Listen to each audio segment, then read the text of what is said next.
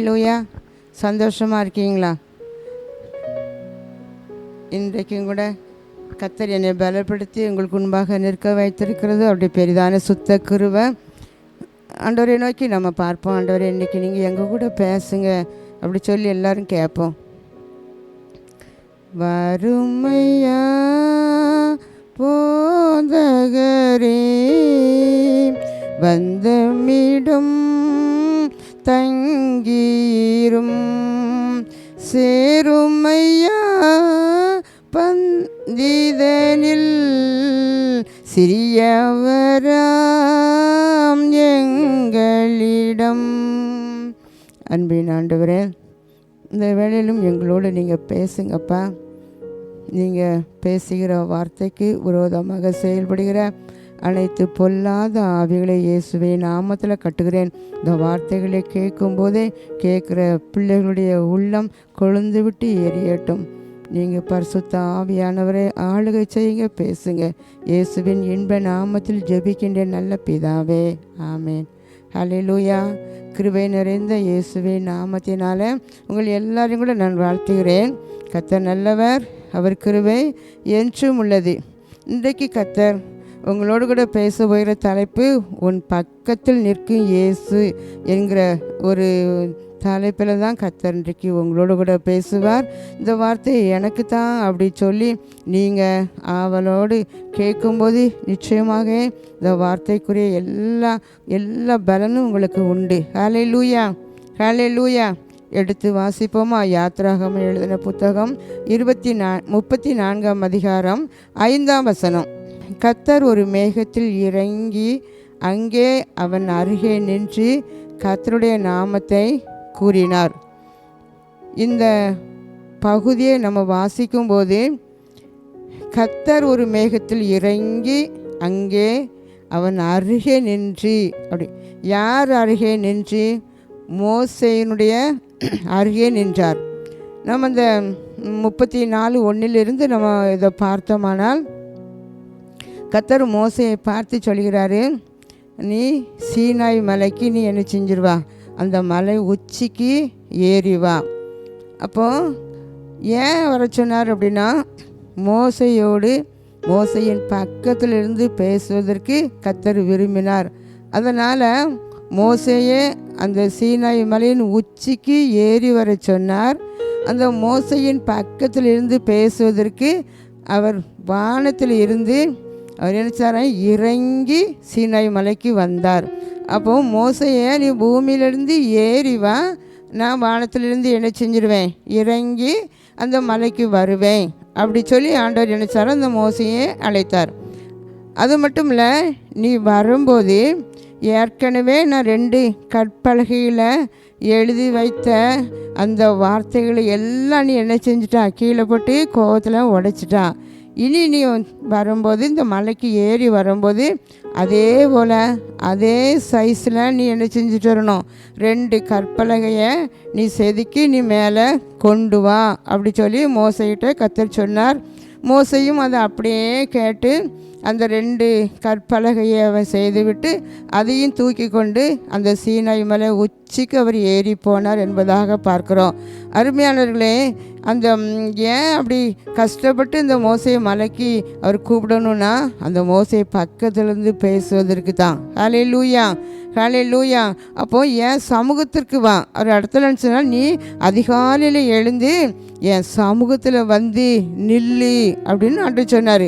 அதே போல் அந்த மோசையும் கீழ்ப்படிந்து ஆண்டோடைய சமூகத்தில் போய் உட்கார்ந்து அந்த மோசையோடு கூட ஆண்டவரோடு பேசுவதற்கு அந்த மோசையும் போனார் என்பதாக பார்க்குறோம். அருமையானவர்களே, இந்த மோசையை கர்த்தருக்கு மிகவும் பிடித்திருந்ததுனால தான் அந்த மோசையின் பக்கத்தில் இருந்து அவருடைய காரியங்களை கொஞ்சம் பேசுவதற்காக அவர் என்ன செஞ்சிருந்தாராம், அழைத்தார் என்பதாக பார்க்குறோம்.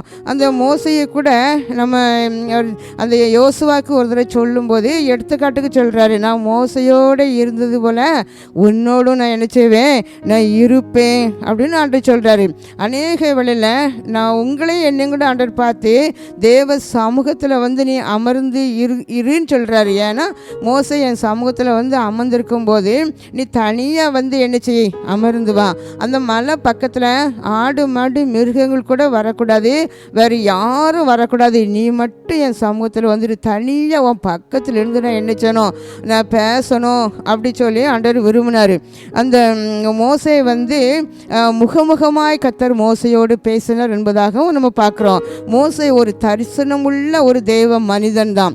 ஆனாலும் அவர் அந்த 40 வயதுக்கு முன்பாக இருந்த அவருடைய வாழ்க்கையில் அவர் ஒரு கோபம் நிறைந்தவராக இருந்ததாக நம்ம அறிய முடியும்.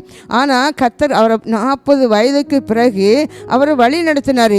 இந்த கோபத்தோடு எவ்வளோதான் தரிசனம் பெற்ற ஒரு தெய்வ மனிதனாக இருந்தாலும் அவர்கிட்ட கோபம் எரிச்சல் அதாவது அப்படிலாம் இல்லாமல் கோபம் எரிச்சலோடு இருக்கிற மனிதனை நான் என்ன செய்ய முடியாது, பயன்படுத்த முடியாது. அதனால் இந்த மோசையை கொண்டு தான் இஸ்ரவேல் ஜனங்களை என்ன செய்யணும், விடுதலை பண்ணணும். அதனால் அந்த மோசைக்கு என்ன செஞ்சாராம், 40 வருஷம் ஆடுகளை மேய்க்கும் ஒரு பணியை அவருக்கு நினைச்சாராம், அவர் கொடுத்து விட்டார். அது கர்த்தர் அனுமதித்ததான ஒரு பணி தான் சொல்லணும். ஏன்னா இவன் எப்படியாவது 40 வருஷம் ஆடு மேய்க்கிற அந்த தொழிலை இவன் பார்த்தோமானா அதுக்கு பிறகு நினைச்சுவார், ஜனங்களை மேய்க்கிற ஒரு பொறுமை வந்துடும், ஒரு சாந்த குணம் வந்துடும் அப்படி சொல்லி ஆண்டவருக்கு நன்றாக தெரியும். அவருக்கு ஒரு சாந்த குணம் வந்த பிறகு தான் அந்த மோசையை என்ன செய்ய முடியும், நம்ம பயன்படுத்த முடியும். அதற்காக அந்த 40 வருஷம் அந்த நாடுகளை அவர் மேய்த்தார் என்பதாக பார்க்குறோம். அந்த சாந்த குணம் வந்த பிறகு கர்த்தர் அந்த மோசையை பற்றி என்ன சொல்கிறாரு, என் தாசனாகிய மோசை வந்து இந்த பூமியிலேயே அவனை போல சாந்த குணமுள்ளவர்கள் வேறு ஒருவரும் கிடையாது அப்படி சொன்னார். தேவனுடைய வீட்டில் எங்கும் உண்மை உள்ளனா இருந்தான் என்று சொல்லி. அருமையாளர்களே, நம்ம தேவ சமூகத்தில் பல முறை காத்திருக்கிறோம். ஆனால் நமக்கு ஒரு வாழ்க்கையில் ஒரு உண்மை வேணும். நீ வசிக்கிற குடும்பத்தில் நீ ஒரு உண்மையாக இருக்கணும், நீ இருக்கிற திருச்சபைக்கு உண்மையாக இருக்கணும். உண்மையை கர்த்தர் எதிர்பார்க்கிறார். மோசே உண்மை உள்ளவன் என்று சாட்சி கொடுக்கிறார். அது மட்டும் இல்லை, சாந்த குணமுள்ளவன். அதனால தான் பாருங்க, மோசையோடு கர்த்தர் அடிக்கடி முகமுகமாக பேசினார். அந்த சீனாய் மலையிலும் பக்கத்துல இருந்து பேசும்போது 2 பேரும் என்ன செய்யும், முகத்துக்கு நேராக பக்கத்துல இருந்து நினைச்சுதாங்க பேசினாங்க என்று பார்க்கிறோம். அருமையானவர்களே, நீங்களும் கூட எத்தனையோ முறை தேவ சமூகத்தில் இருந்தாலும் கூட என் முகம் என்ன செய்யல, பிரகாசிக்கலை, எனக்கு என்ன செய்யல, ஒரு விடுதலை இல்லை அப்படி சொல்லி நம்ம நினைக்கிறோம். ஆனால் இன்றைக்கு கர்த்தர் கூறுகிற கற்றுக் கொடுக்குற ஒரு காரியம் இதுதான். அவருடைய சமூகத்தில் நம்ம காத்திருக்கும் போது நல்ல பொறுமை உள்ளவர்களாக, சாந்த குணம் உள்ளவர்களாக, உண்மை உள்ளவர்களாக நம்ம இருக்கும்போது மட்டும்தான் கர்த்தர் நம்ம பக்கத்தில் வந்து என்ன செய்வாராம், அவர் பேசுவார். மோசையின் பக்கத்தில் அடிக்கடி வந்து என்ன செய்வாராம், பேசினார் என்பதாக பார்க்குறோம். 40 நாள் அவரோடு கூட இரவும் பகலும் அந்த மோசை முகத்தை பார்த்து பக்கத்துலேருந்து பேசி அந்த மோசையின் முகமே கர்த்தருடைய பிரகாசம், அவர் முகத்தில் உள்ள பிரகாசம் என்ன செஞ்சு இந்த மோசையின் முகத்துக்கு கடந்து வந்ததாக பார்க்குறோம். கர்த்தருடைய முகம் பிரகாசம் உள்ள ஒரு முகம். அந்த கர்த்தருடைய முகத்தை பார்த்து மோசை பேசுனதுனால இந்த மோசையின் முகமும் எப்படி பிரகாசித்தது. அருமையானவர்களே, நீங்களும் தேவ சமூகத்தில் காத்திருக்கும் போது எப்பெல்லாம் நீங்கள் காத்திருக்கீங்களோ அப்போதெல்லாம் அவர் உங்கள் பக்கத்தில் வந்து என்ன செய்வாராம், அவர் இறங்கி வந்து பக்கத்தில் உங்கள் அருகில் நின்று அவர் உங்களோடு கூட அவர் என்ன செய்வாராம், பேசுகிறாரு. அது மட்டும் இல்லை, அந்த மோசையோடு பேசின வார்த்தைகள் எல்லாமே மோசையே நீ இப்படி இருக்கணும், நீ இதை செய்யணும், இதை செய்யக்கூடாது அப்படி சொல்லி ஆலோசனையே கொடுத்தாரு, கட்டளையே கொடுத்தாரு. மோசைக்கு வாக்கு தத்தங்களையும் கூட அவர் பேசின வார்த்தைகளில் இருந்தது, ஆசீர்வாதமும் இருந்தது.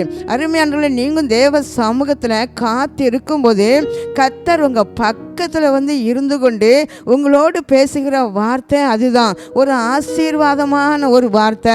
உங்கள் வாழ்க்கையில் எதிர்காலத்தில் நடக்கக்கூடிய வாக்கு தத்தங்கள், அது மட்டும் இல்லை ஆலோசனை, நீ இப்படி தான் இருக்கணும், உனக்கு ஆலோசனை கொடுத்து வழி நடத்துகிற தேவன். அநேக கட்டளைகளை கர்த்தர் உனக்கு தருகிறார்.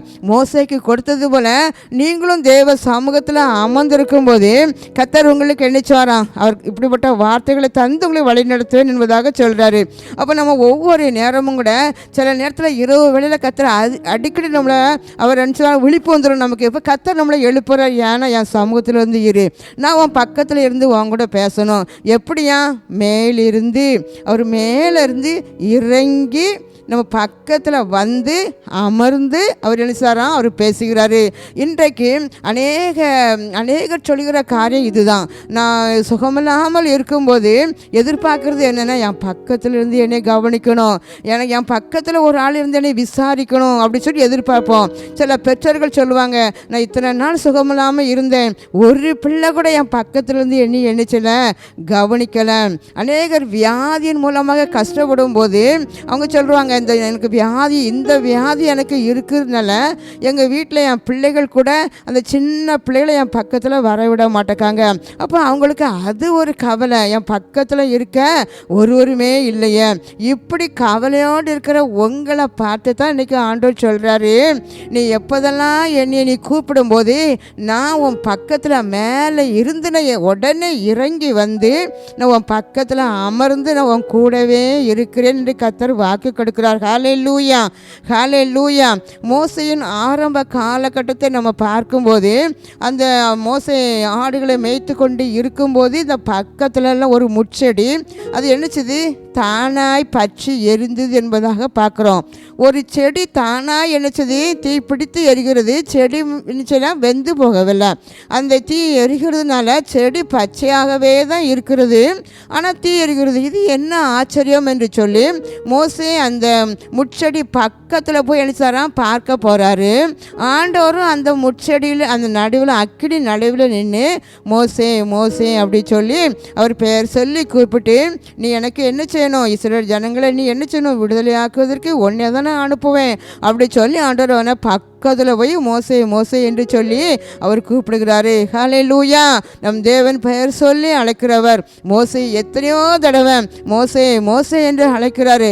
அப்போ மோசையை அழைக்கிற கர்த்தர் இன்றைக்கு உங்களையும் பெயர் சொல்லி அழைத்து உங்கள் பக்கத்தில் நின்று உங்கள் கூட உங்கள் அருகில் அவர் நினைச்சாரா இறங்கி வந்து நின்று உங்களோடு கூட அவர் பேசுவதற்கு ஆசையோடு இருக்கிறாரு. எப்படி தான் அவர் ஆசையாக எத்தனை முறை இருந்தாலும் சிலர் தேவ சமூகத்திலே கடந்து வராதபடி நம்ம நினச்சதும் தூரம் விலகி போயிடும். அப்போ நம்மளை குறித்து அவர் மிகவும் நினைச்சாராம், அவர் துக்கப்படுகிறார். அப்போ இன்றைக்கு உங்கள் பெயரையும் சொல்லி, என் மகனே என் மகளே நீ என்ன செய்ய, என் சமூகத்தில் வந்து நில்லு, நான் இறங்கி வந்து உன் பக்கத்தில் அமர்ந்து நான் உன் கூட பேச மிகவும் ஆசையோடு இருக்கிறேன் அப்படின்னு சொல்லி உங்களை பார்த்து தான் கர்த்தர் நினைச்சாராம். அவர் சொல்கிறாரு, ஹல்லேலூயா, ஹல்லேலூயா. அப்போ பக்கத்தில் இருக்கிறதுக்கு நம்ம என்ன செய்வோம், நமக்கு ரொம்ப பிரியமானவங்க பக்கத்தில் போய் நம்ம இருப்போம். நெருங்கிய உறவினர்கிட்டே நம்ம என்ன செய்வோம், பக்கத்தில் உட்காந்து நம்ம பேசுவோம், அப்படி தானே. அப்போ இன்னைக்கு எல்லாரை காட்டிலும் அதிக அன்புள்ளவர் நமக்காக கல்வாரி சிலுவையிலேயே அவர் நினைச்சார், ரத்தம் செஞ்சு தன்னுடைய ஜீவனையே அவர் நினைச்சாரா நமக்காக ஒப்பு கொடுத்தாரு. அப்படிப்பட்ட தேவன் அன்புள்ளவர். நம்முடைய தாய் தகப்பனை காட்டிலும் உற்றார் உறவினரை காட்டிலும் அதிக அன்புள்ள கர்த்தர் தான் இன்றைக்கு உங்களை பார்த்து சொல்கிறாரு, நான் உன் பக்கத்தில் எண்ணிச்சுவேன். யார் உன் பக்கத்தில் இருந்தாலும் இல்லாமல் போனாலும் நான் உன்னை நினைச்ச மாட்டேன், மறக்க மாட்டேன். நான் உன் பக்கத்திலேயே நினைச்சுவேன், இருப்பேன் அப்படின்னு சொல்லி ஆண்டவர் இன்னைக்கு உங்களை பார்த்து தான் சொல்கிறாரு. கர்த்தர் உன் பட்சத்தில் இருக்கும்போது மனுஷன் உனக்கு என்ன செய்ய முடியும், ஒன்றும் செய்ய முடியும். ஏன்னா கர்த்தர் நமக்கு பக்கத்தில் அவர் நினைச்சாராம், அவர் இருக்கிறாரு. ஹல்லேலூயா. அப்போ பக்கத்தில் இருக்கும்போது நம்ம யார் நமக்கு பக்கத்தில் இல்லையே, அவங்க இல்லையே, இவங்க இல்லையே, பிள்ளைகள் பக்கத்தில் இல்லையே, அவருடைய பெற்றோர்கள் பக்கத்தில் இல்லையே என்று சொல்லி நம்ம என்ன செய்யக்கூடாதான், நினைக்கக்கூடாது. அதுதான் கர்த்தர் இன்னைக்கு உங்களை பார்த்து சொல்கிறதான ஒரு வார்த்தை. ஹல்லேலூயா. எனக்கு உதவிடும் எனது ஆண்டவர் என் பக்கம் இருக்கிறார்.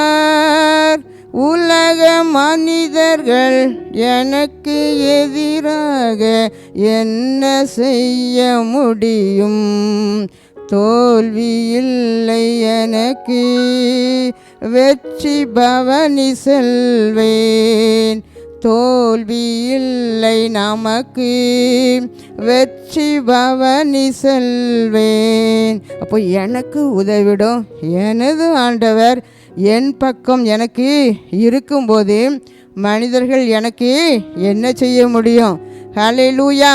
அப்போது மோசேயை கர்த்தர் எப்படி அவர் மலை உச்சிக்கு வர வைத்து அவர் இறங்கி வந்து பக்கத்தில் அமர்ந்து பேசினாரோ, அதே போல் உங்கள் பக்கத்துலேயும் நீங்கள் எப்பெல்லாம் ஜெபிக்கீங்களோ, எப்பெல்லாம் தேவ சமூகத்தில் நீங்கள் காத்திருக்கின்றீர்களோ, உங்கள் பக்கத்தில் ஆண்டவர் வந்து அமர்ந்திருக்கிறார். ஹல்லேலூயா, ஹல்லேலூயா. இரண்டாவதாக பார்க்கும்போது 1 சாமுவேல் 3ஆம் அதிகாரம் 10ஆம் வசனத்தை நம்ம பார்ப்போம். அப்பொழுது கர்த்தர் வந்து நின்று முன்போல சாமுவேலே சாமுவேலே என்று கூப்பிட்டார். பாருங்க, இங்கே ஒரு பகுதியை நம்ம பார்க்கும்போது எல்லாருக்கும் சாமுவேல்னாலே சின்ன சாமுவேல் அப்படிங்கிறது நம்ம உள்ளத்தில் உடனே வந்துடும். ஆண்டவர் வந்து இந்த அப்பொழுது கர்த்தர் வந்து நின்று முன்போல, அப்போ முன்னாலேயும் இந்த சாமுவேல் ஆலயத்தில் தூங்கி கொண்டு இருக்கும்போது 2-3 தடவை என்னச்சாராம் அந்த சாமுவேலை இரவில் வந்து கர்த்தர் கூப்பிடுகிறாரு. சாமுவேல் என்ன நினச்சான் அப்படின்னா, இது யார்? ஏலி தாத்தா தான் நம்மளை என்ன செஞ்சுருக்கணும், கூப்பிடணும். ஏன்னா அதே ஆலயத்தில் தான் ஏலி தாத்தாவும் படுத்திருக்காங்க, சாமுவேலும் படுத்திருக்கிறார். அப்போது அங்கே போய், தாத்தா நீங்கள் என்னையை கூப்பிட்டீங்களா அப்படி சொல்லி கேட்ட உடனே, நான் உன்னையை கூப்பிடலை, நீ படுத்து தூங்கு அப்படி சொல்லி 3 தடவை அப்படி என்னச்சுதாரான், என்னை கூப்பிட்டீங்கன்னா ஆண்டவர் கூப்பிட்றாரு, சாமுவேலே சாமுவேலேன்னு சொல்லி கூப்பிட்றாரு. அதனால் அவர் சொல்கிறாரு, அவருக்கு தெரிஞ்சிட்டு 3 தடவை போய் கேட்ட உடனே அப்போ கர்த்தர் தான் அந்த சாமுவேலை கூப்பிட்றாருங்கிறத ஏலி நன்றாக தெரிந்து கொண்டு, இனி ஒன்று யாரும் பெயர் சொல்லி கூப்பிட்டான், கர்த்தாவே சொல்லும் அடியேன் கேட்கிறேன் அப்படி சொல்லி கொடுத்துருப்பாங்க. அதே போல் 4ஆவது அடையும் பாருங்கள், முன்போல வந்து நின்று சாமுவேலே சாமுவேலேன்னு கூப்பிட்றாரு. உடனே இந்த சாமுவேல் சின்ன பையனாக இருக்கிறதுனால சொல்லும் அடியேன் கேட்கிறேன் அப்படின்ட்டு என்ன சொன்னான், ஏன்னா மறந்துட்டான் பாருங்க. அப்போது சொன்ன உடனே அந்த ஆண்டவர் வந்து அந்த சாமுவேல்கிட்ட பேசுகிறாரு.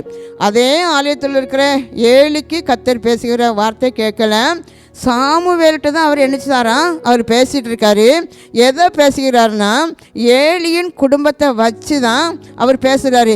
ஏற்கனவே சில தீர்க்கதரிசிகள் மூலமாக ஏலிக்கு சில வார்த்தைகளை ஏலியின் குடும்பத்தில் நடக்கிற பிள்ளைகள் செய்கிற பாவத்தெல்லாம் அவர் சுட்டி காட்டிக்கிட்டே தான் இருக்கிறாரு.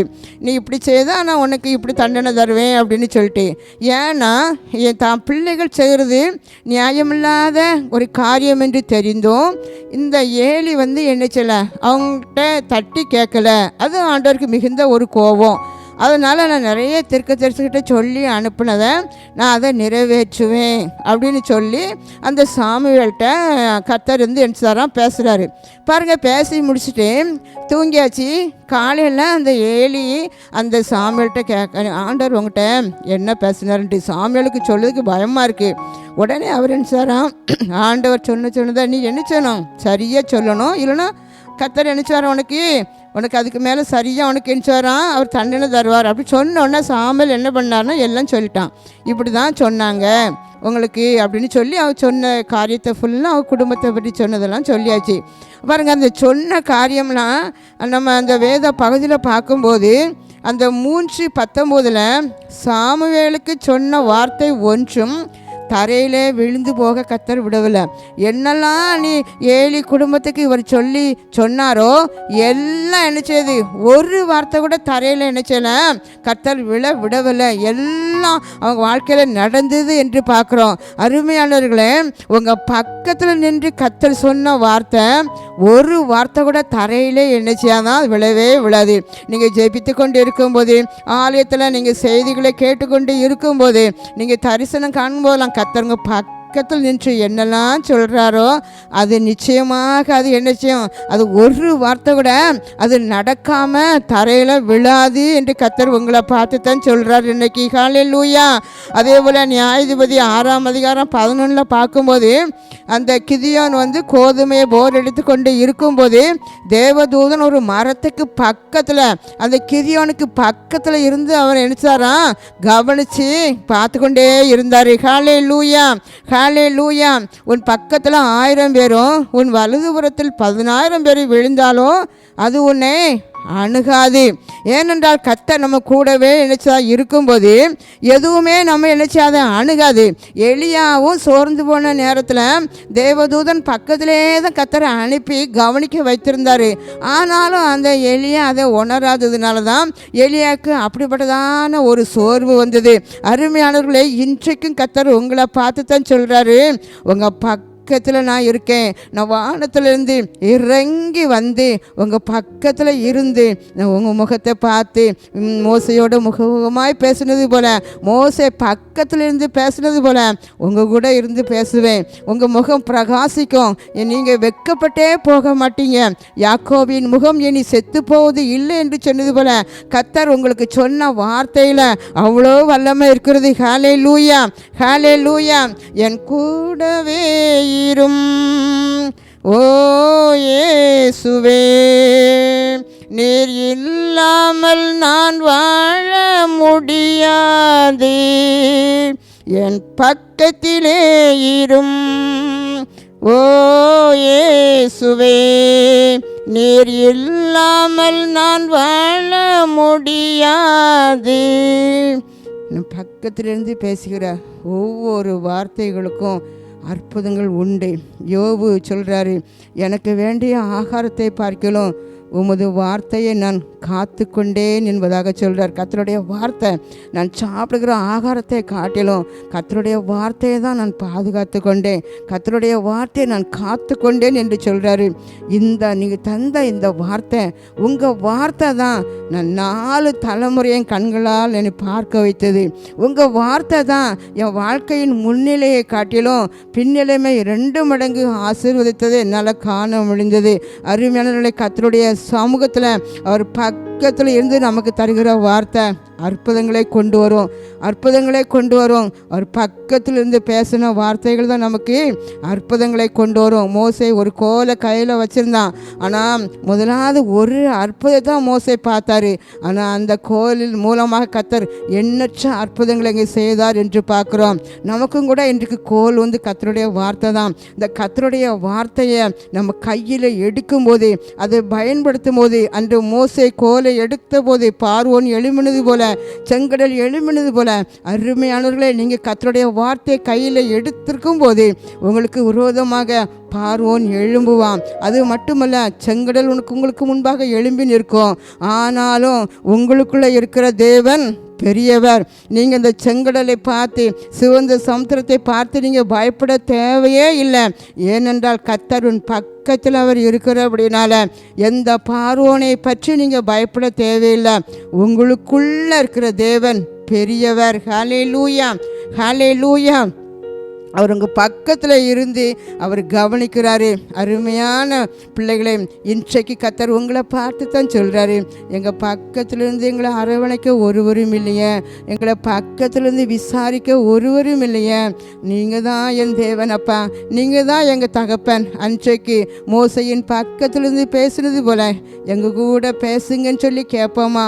அந்த சாமுவேலை அவன் 3 தடவை 4 முறை சாமுவேலே சாமுவேலே என்று கூப்பிட்டு பேசுனது போல ஆண்டவரே, எங்கள் கூட எங்கள் பெயரை சொல்லி கூப்பிட்டு எங்கள் கூட பேசுங்க என்று சொல்லி கேட்போமா? ஆமேன். மோசையோடு முகமுகமாய் பேசின கர்த்தர் உங்களோடு கூட ஒரு முகமுகமாய் பேசுவார். அந்த சாமுவேலை எழுப்பி எழுப்பி பேசி ஏலியின் ரகசியங்களை, அவன் குடும்ப ரகசியங்களை சொன்னது போல, இனி வரும் காரியத்தை சொன்னது போல உங்கள் வாழ்க்கையிலும் கூட, உங்கள் வாழ்க்கையில் இனி நடக்க போகிற காரியங்களெல்லாம் கர்த்தர் உங்களுக்கு அவர் வெளிப்படுத்துகிற ஒரு தேவன். ஹல்லேலூயா, ஹல்லேலூயா. எனக்காய் ஜீவன் விட்டவரே, என்னோடிருக்க எழுந்தவரே, என்னை என்றும் வழி நடத்துவாரே. என்னை சந்திக்க வந்திடுவாரே. இயேசு போதுமே போதுமே, இயேசு போதுமே போதுமே, எந்த நாளிலுமே என் நிலையிலுமே எந்தன் வாழ்வினிலே இயேசு போதுமே.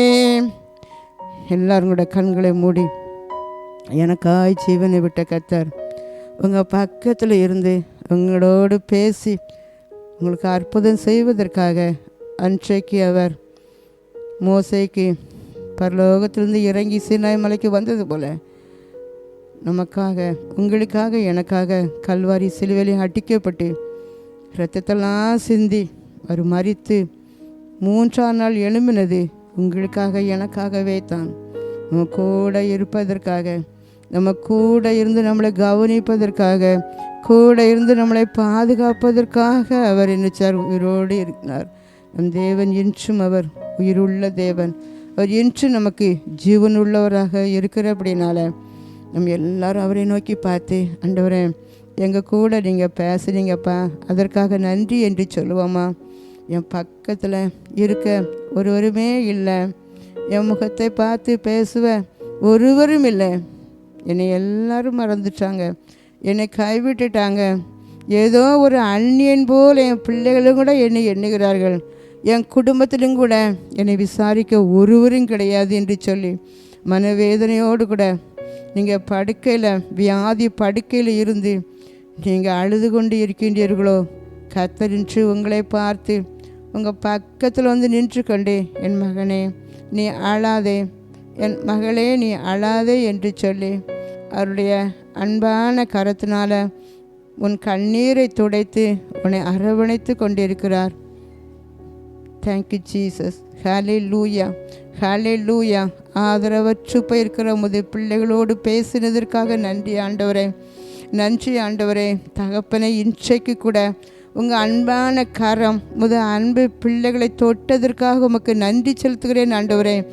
தேவரீர் இன்றைக்கும் பரிசுத்த ஆவியானவரே, அப்படிப்பட்ட குடும்பத்துக்குள்ளே அப்படி ஏங்கி கண்ணீர் ஒடிக்கிற பிள்ளைகள் மத்தியில் பக்கத்தில் நீங்கள் இருக்கிறதற்காக நன்றி ஆண்டவரே.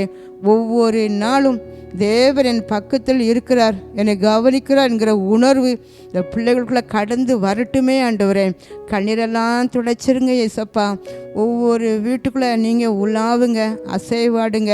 பரிசுத்த ஆவியானவரே, தண்ணீர் மேலே ஜலத்தின் மேல் அசைவாடின கர்த்தர் தாமே அன்பு பிள்ளைகள் குடும்பத்தின் மேலே அசைவாடுவீராக. ஒவ்வொரு பிள்ளைகள் மேலே அசைவாடுங்க ஆண்டவரே. நீங்கள் அசைவாடும் போது அந்த குடும்பத்துக்குள்ள அற்புதங்கள் நடக்குமே ஆண்டவரே. இயேசுவே நாமத்தினால எல்லா குறைகள் வெளியேறுமே ஆண்டவரே. நீங்கள் அசைவாடுகிறதற்காக நன்றி அப்பா. அன்பு பிள்ளைகளுக்கு முன்பாக இருக்கிற எல்லா போராட்டங்கள், பலவீனங்கள் ஆண்டவரே, குடும்பத்தில் இருக்கிற பலவித பிரிவினையின் ஆவிகள், பிசாசின் கிரிகள் எல்லாம் இயேசுவே நாமத்தினால அது வெளியேறுவதாக அப்பா. நீங்கள் பரிசுத்த ஆவியாளர் உள்ளுக்குள்ளே அசைவாடும் போது, இந்த வார்த்தை கேட்டுக்கொண்டு இருக்கும்போதே ஒவ்வொரு பிள்ளைகள் மேலே அசைவாடி அந்த குடும்பத்துக்குள்ள இருக்கிற எல்லா பலவீன கட்டுகள் உடைகிறதற்காக நன்றி ஆண்டவரே. அநேக கட்டி வைக்கப்பட்டிருக்கிற ஆண்டவரே பொல்லாத பிசாசின் கிரியைகள் இயேசுவே நாமத்தில் கட்டுகள் அவிழ்க்கப்படட்டுமே ஆண்டவரே. நீங்கள் உலாவுகிறதற்காக நன்றி அப்பா. நுகத்தடிகளை முறிக்கிற கர்த்தர் தாமே அபிஷேகம் இந்த பிள்ளைகள் நுகத்தடிகளை முறிக்கப்படுவதாக ஆண்டவரே. ஆவியானவரே உம்முடைய கிருபை ஆண்டவரே இம்மட்டுமாக அந்த குடும்பத்துக்குள்ள உடைய கிருபை ஊற்றி இருக்கிறதற்காக நன்றி அப்பா. இனி தொடர்ந்து ஆண்டவரே அன்பு பிள்ளைகள், சிறு பிள்ளைகள், வாலிபர்கள், பெரியவர்கள், முதியவர்கள் ஒவ்வொருவரும் உடைய கரத்திலே ஒப்பு கொடுக்கிறேன் ஆண்டவரே. ஒவ்வொரு பிள்ளைகளையும் கூட உம்முடைய பலத்த அன்பின் கரத்தினால மூடி மறைத்து கொள்ளுவீராக. ஒவ்வொரு முகத்தில் இருக்கிற கண்ணீரை துடைத்தீரே உமக்கு நன்றி. யாக்கோபின் முகம் செத்து போவதில் என்று சொன்னது போல ஒவ்வொரு பிள்ளைய முகங்களும் கூட செத்து போகாதபடி பிரகாசிக்கத்தக்க உதவி செய்ததற்காக நன்றி. ஒப்பு கொடுக்கிறேன். ஆசீர்வதிங்க, வழி நடத்துங்க. இயேசுவின் இன்ப நாமத்தில் ஜெபிக்கின்றேன் நல்ல பிதாவே, ஆமேன். God bless you.